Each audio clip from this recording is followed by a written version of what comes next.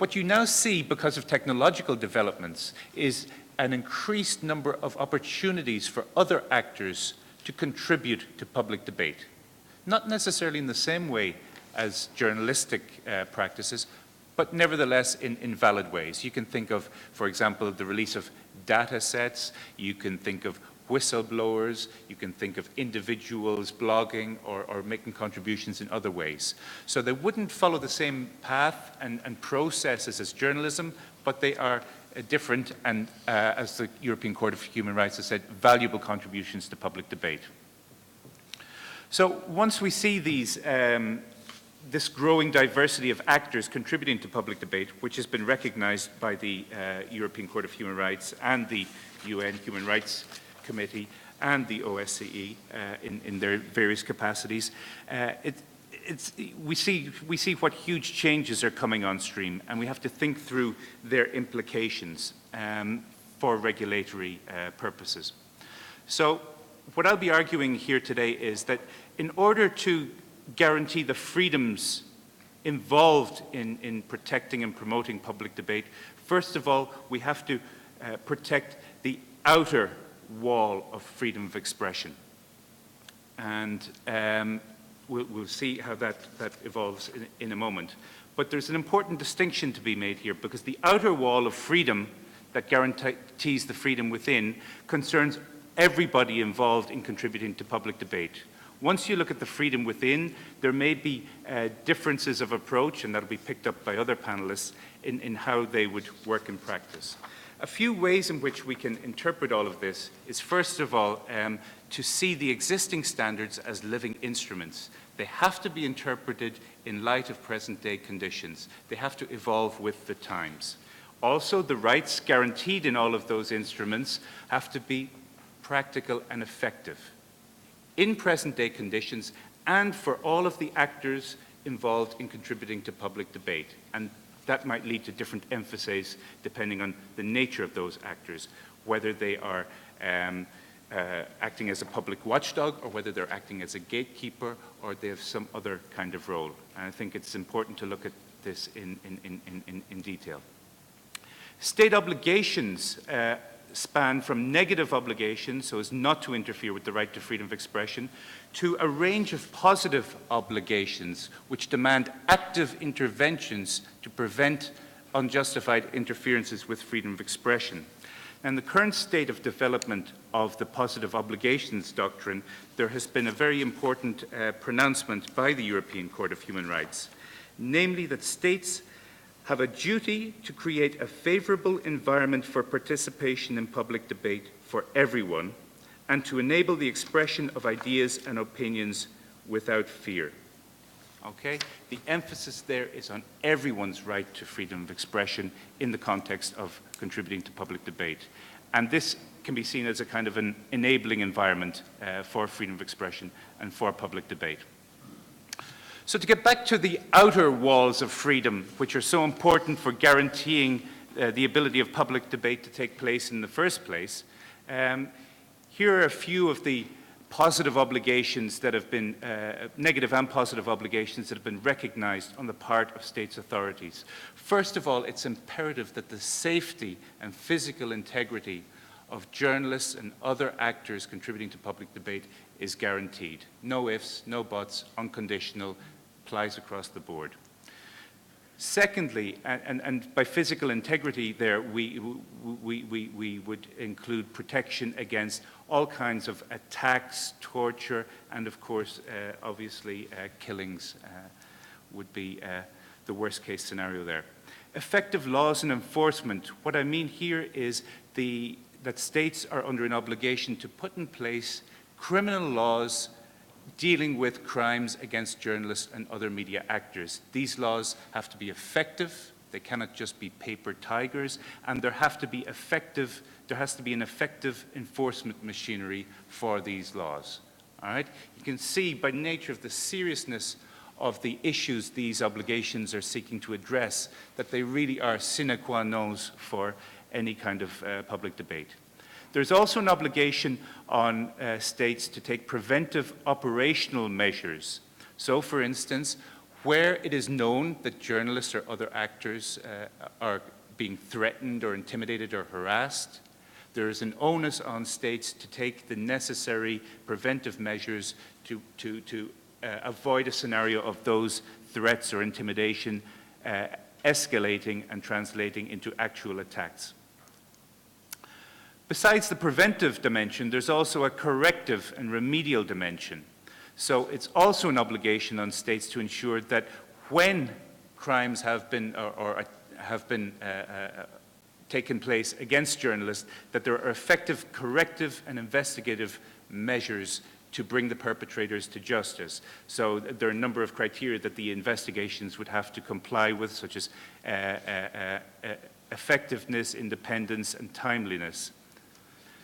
Impunity, of course, is crucial, because when there is impunity for the perpetrators of crimes against journalists, this, in a way, makes crimes against journalists and other actors more banal, more commonplace, and in a very perverse kind of way, it could be seen as contributing to future attacks and threats on journalists and other media actors.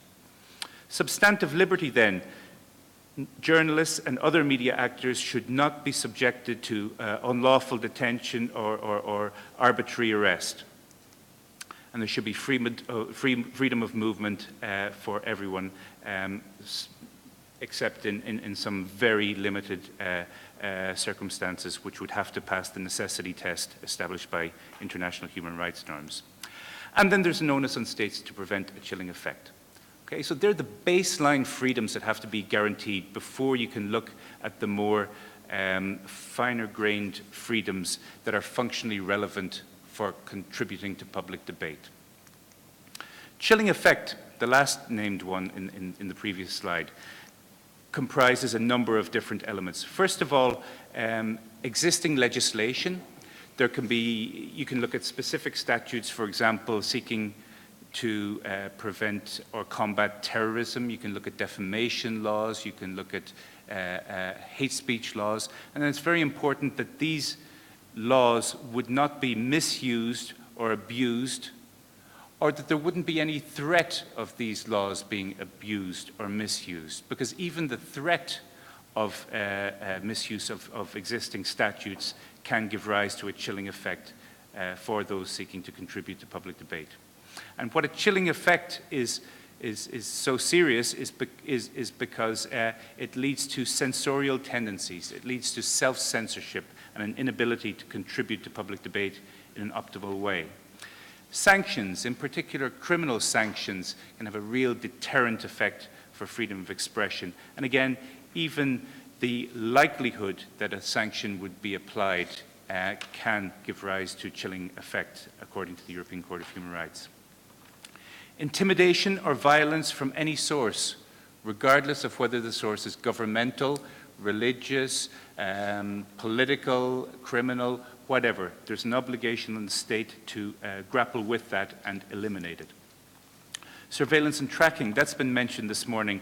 That's a very important and increasing source of self-censorship insofar as the knowledge that surveillance is taking place, that tracking is taking place, and that this could compromise the confidentiality, for example, of sources and confidential relationships.